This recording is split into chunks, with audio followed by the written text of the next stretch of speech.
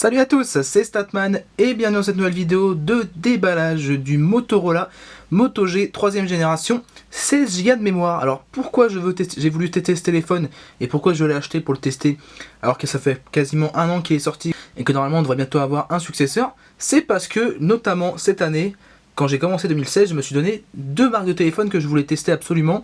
L'une parce que j'ai une mauvaise opinion dessus de base et que je souhaite voir si jamais ils ont évolué pour pouvoir les passer à la catégorie bonne marque ou au moins marque potentiellement recommandable. Et l'autre comme celle-ci, Motorola, parce que justement je savais que Motorola faisait des bons produits et je voulais en essayer un, donc notamment le Moto G 3ème génération, pour pouvoir faire une review, ou au moins un test complet, positif dessus. Et donc c'est dans cette ambition que quand j'ai vu une vente flash sur Amazon, qui faisait passer ce téléphone à 169 €, ce que je trouve être un prix correct, et ben j'ai sauté sur l'occasion et je l'ai acheté. Donc voilà, ça c'était le 3615 My Life, et maintenant passons à la présentation de ce téléphone.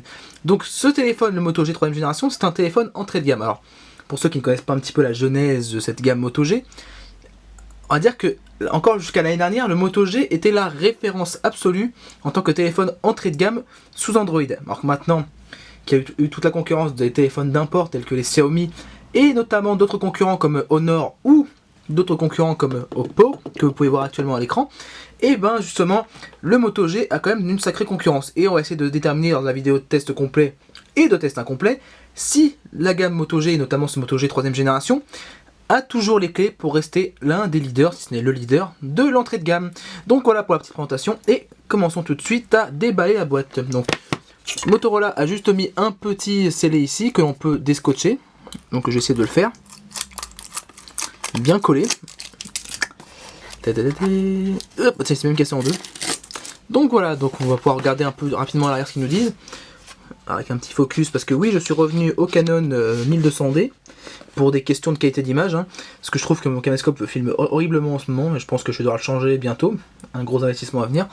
Le Moto G est un smartphone performant doté de nombreuses fonctionnalités conçues pour durer. Le Moto G a un look élégant et offre une réelle simplicité d'utilisation. Donc comme vous pouvez voir, en dessous de tout ça, il y a quelques caractéristiques qui se trouvent ici. Alors, smartphone performant, Snapdragon 410, ouais, bof, voilà. Nombreuses fonctionnalités. Bon, on est quand même sur un Android stock qui est légèrement, à dire, retouché, donc faudra voir. Conçu pour durer, ça c'est vraiment la chose que j'essaie de déterminer sur le test complet, c'est est-ce que ce téléphone est conçu pour durer? Parce que ça peut être un de ces gros arguments au Moto G, c'est le fait qu'il ait été conçu pour être un téléphone durable, notamment grâce à une bonne construction, une vitre Corning Gorilla comme beaucoup de téléphones désormais, et aussi une certification de résistance à l'eau IPX7. Alors ça, on en fera une petite partie lors du test complet. Donc voilà pour ce qui est de l'arrière. Sur le côté, des trucs marqués en petit qui servent pas à grand chose avec l'autocollant de certification. En haut, du violet. À gauche, du violet et du blanc pour le retour qui est fait à l'avant. En bas, du numéro de série et l'IMEI que je vais tout de suite flouter. Et en face, nous avons la boîte avec un petit aperçu du téléphone en fonctionnement avec, je pense, son petit fond d'écran de base. Et comme vous pouvez le voir ici marqué, Moto G avec le logo Motorola. Et ce qu'il y a à savoir, c'est que c'est le dernier, enfin en tout cas l'un des derniers téléphones sous la marque Motorola, parce que maintenant, si vous le savez un petit peu, Motorola, ça fait un petit temps qu'il a été racheté par Lenovo, et Lenovo a officialisé le fait que la marque Motorola allait entre guillemets partir des boîtes et des noms de téléphone, et maintenant nous n'aurons plus que le sigle Moto qui va rester. Donc on aura les Moto by Lenovo, logiquement, si je ne dis pas de bêtises, mais ça sera confirmé avec les futurs téléphones à venir. Donc restez connectés aux médias mainstream Android, spécialisés Android, disent-ils pour certains, et normalement vous devriez voir le Moto by Lenovo arriver prochainement. Donc déballage de cette boîte, nous avons en premier lieu le téléphone qui est posé sur le simplement, qui est coincé entre le carton, qui est coincé moyennement parce que j'ai pu remarquer avant la vidéo justement qu'il bougeait un tout petit peu, donc c'est un petit peu dommage. Nous avons un protège-écran sur le téléphone, alors je pense qu'il n'y a pas de protège-écran en dessous, ça c'est un petit peu dommage. On nous explique 4G, résistant à l'eau IPX7, caméra 13 mégapixels à l'arrière, 5 mégapixels à l'avant, batterie 2470 mAh, et il semble nous dire que la batterie dure longtemps. Un port pour carte microSD, ce qui est toujours très bien, et un processeur quad-core, donc c'est le Snapdragon 410. Comme vous pouvez le voir à l'arrière, nous avons un arrière qui est rainuré, alors je vais essayer de vous montrer en focus même si ça va être compliqué. Voilà, l'arrière il est rainuré, c'est assez bizarre comme effet. Donc je sais pas ce que ça va donner, personnellement j'aime pas forcément ce genre d'effet, en fait voilà, j'aime pas le ressenti, mais bon, on verra sur le long terme quand je vais l'utiliser en utilisation quotidienne, voir si c'est vraiment gênant. Le logo Motorola à l'arrière qui est très discret, donc là-dessus c'est très bien. Appareil photo 13 mégapixels avec son double flash LED. Comme vous pouvez voir, prise jack ici, voilà, avec un micro. À gauche, nous avons volume plus et moins ici et bouton power ici, donc c'est un petit peu bizarre, on dirait que c'est un petit peu à l'envers, c'est ça qui est bizarre. Oui, c'est bien ce qui me semblait. Donc, par exemple, par rapport au Honor 7, les boutons sont inversés, donc c'est un ordre canonique inversé. Donc ce téléphone a l'air de faire quand même beaucoup dans l'excentricité, parce que arrière rainuré qui est pas commun, en plus avec un design s'appelle en arrondi, qu'on peut retrouver par exemple sur des LG G3 ou Asus Zenfone 2. Donc ça c'est assez ambitieux comme design, parce qu'il est assez peu repris après. Les boutons qui sont inversés, alors en dessous nous avons encore une fois ce même design qu'on s'appelle arrondi, avec le port micro USB 2.0. Nous avons aussi une petite encoche pour ouvrir le téléphone, donc c'est ce que nous allons faire. Avec des crans qui sont solides. Clac, clac. La batterie est inamovible, donc ça on peut considérer ça comme un mauvais point, mais bon, ça c'est le commun temps de beaucoup de téléphones. Alors le plastique est quand même beaucoup plus agréable à l'arrière, donc c'est bizarre. Bon bah voilà. Hein. Ici nous avons un double port, donc je vais me le mettre hors caméra pour voir ce que c'est. C'est bien ce qui me semblait, il y a un port pour carte micro SIM et un port pour carte micro SD, avec tout un tas de vis pour pouvoir dévisser l'arrière pour les réparateurs. Donc voilà, on reclipse tout. Voilà. À l'avant, nous avons une caméra 5 mégapixels ici avec l'écouteur d'appel. Je ne vois pas les capteurs de luminosité de proximité. Donc normalement, il est censé y avoir un capteur de proximité, mais j'ai pas vu le capteur de luminosité. Donc là-dessus, je ne sais pas du tout. Ça, on verra ça une fois allumé. En bas, nous avons le haut-parleur du téléphone. Donc c'est un haut-parleur frontal. Ce qui est un peu dommage, à ce que j'ai cru voir, c'est que sur le Moto G deuxième génération, il y avait un haut-parleur frontal stéréo. Donc nous avons les deux haut-parleurs qui étaient ici, qui faisaient haut-parleur pour les, ça s'appelle pour les musiques. Donc c'est un petit peu dommage qu'ils aient retiré cette fonction, en espérant que le haut-parleur reste quand même correct. Et il ne me reste plus grand chose à vous montrer, et je vais défaire le protège-écran à l'avant. J'imagine qu'il n'y en a pas d'autre en dessous. Un peu dur à défaire. Hop. Et oui, c'est bien ce qui me semblait, il n'y a pas de protège-écran en dessous. Par contre, ce que l'on peut admirer, c'est que c'est un écran IPS LCD, ça je vais en reparler juste après dans les caractéristiques, mais c'est un téléphone qui présente très bien, parce que l'écran est même plus noir que le noir du téléphone. Donc c'est pour vous dire que l'écran devrait être de bonne qualité. Donc on le démarre. Voilà, il a bien ébloui la caméra, qui a mis un peu de temps à faire son retour en exposition. Et je vais tout de suite vous dire les caractéristiques de l'appareil.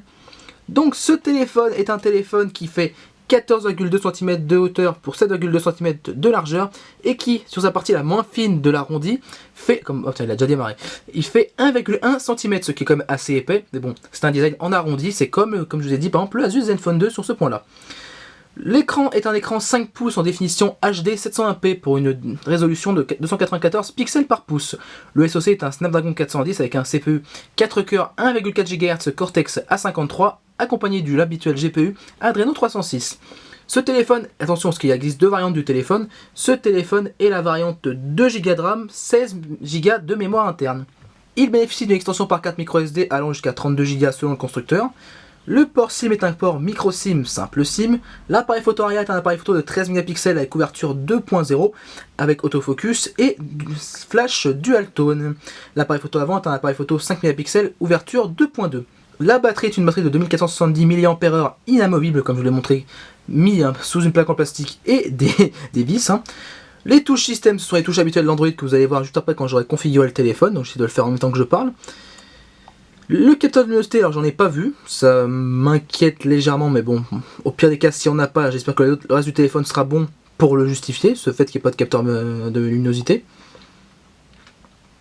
Pour ce qui est des micros, alors j'en ai vu qu'un seul sur le téléphone, donc je pense qu'il n'y en a qu'un seul, mais bon, ça ce sera à vérifier pendant le test, chaque fois j'en découvre un par hasard. Alors nous sommes le 15 avril à 18h51. Donc voilà. Voilà. Suivant. Ça on verra plus tard, pour l'instant je donne pas de nom. Alors comme vous pouvez voir, hop, la touche Android a apparu. Ça on verra après. Ignorez quand même. Non, non. Voilà, voilà. Les motos, j'ai pas. En plus, comme vous avez pu le voir rapidement ici, on peut faire migrer ce le téléphone qu'on avait précédemment vers le Moto G. Et voilà, voilà. Android 5.1.1 qui est allumé. Et je vous rassure, il existe d'entrée de jeu, et ça j'ai pu le confirmer par d'autres tests, une mise à jour vers Android 6.0 Marshmallow, ce qui est vraiment une très bonne chose pour un téléphone qui reste sur de l'entrée de gamme. Donc pour ce qui nous reste de ma présentation, le port USB est un port micro USB 2.0 qui est censé être OTG. Alors ça c'est le test de début. Alors est-ce que tu fais l'OTG mon ami? Oui c'est ça, oui c'est ça. Et oui, ce téléphone est compatible USB OTG, ce qui est une très bonne chose. Alors sur le téléphone je ne vois pas que ça bouge. Pour l'instant ma clé est en train de se faire reconnaître.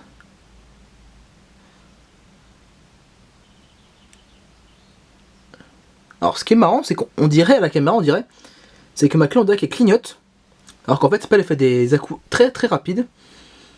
Bon, elle met un peu de temps à se faire reconnaître, donc je pense que hop, c'est ma clé qui doit un peu merder. Ah bah tiens, c'était dans le port, vas-y t'as raison. Donc voilà, c'est bon, ma clé s'est stabilisée. L'USB OTG fonctionne bien sur ce téléphone. Donc voilà pour ce qui est des caractéristiques, et parlons rapidement un peu du design, même si on a déjà un peu parlé avant.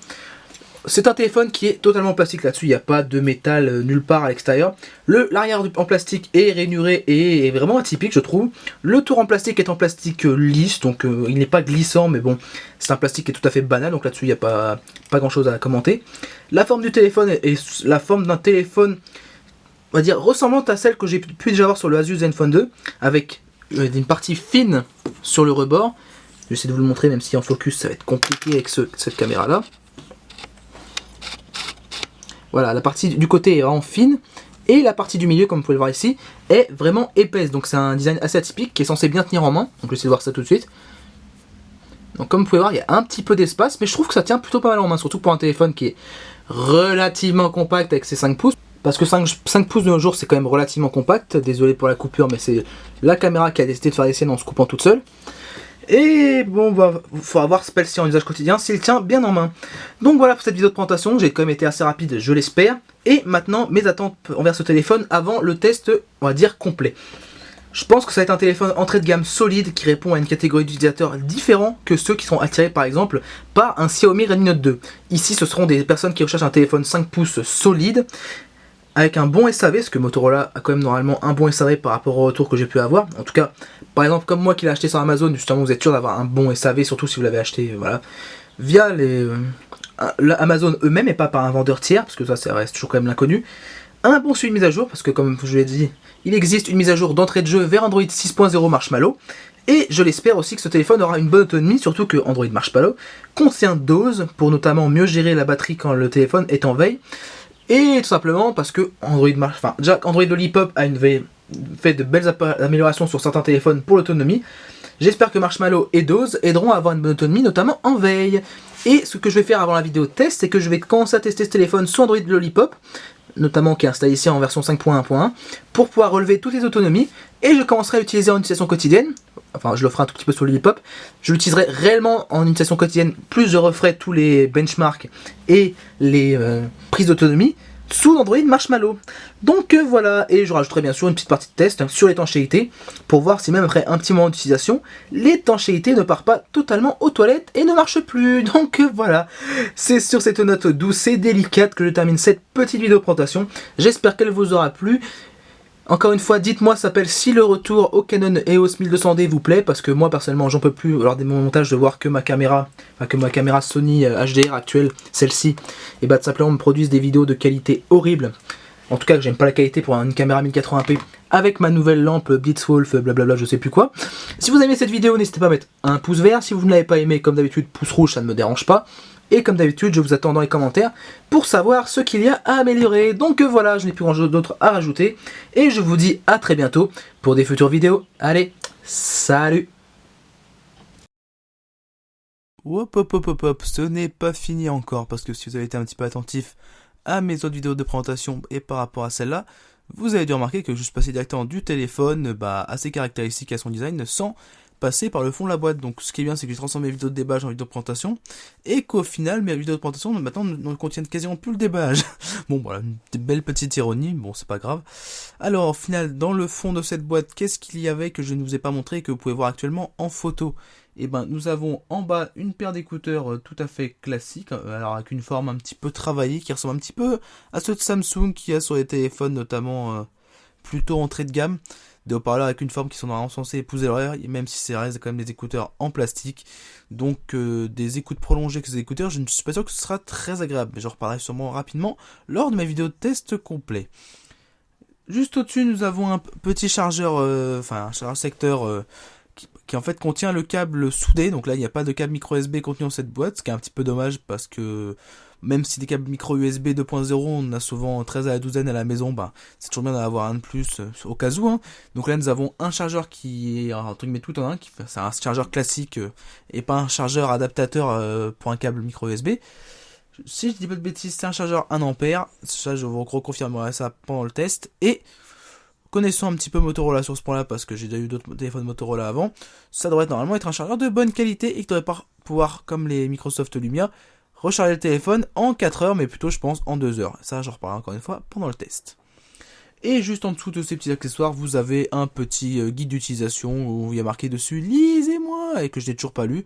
Je pense même que je ne le lirai pas du tout parce que moi, je ne pense pas en avoir besoin. En tout cas, pour ceux qui ne connaissent pas bien les téléphones Android et les smartphones en général, je pense que ça peut vous aider à bien démarrer. Donc voilà pour la petite partie complémentaire de ce que j'ai oublié pendant la vidéo. Et encore une fois, je vous dis à très bientôt pour de futures vidéos de test et même plus généralement pour de futures vidéos sur Statman & Co. Allez, salut!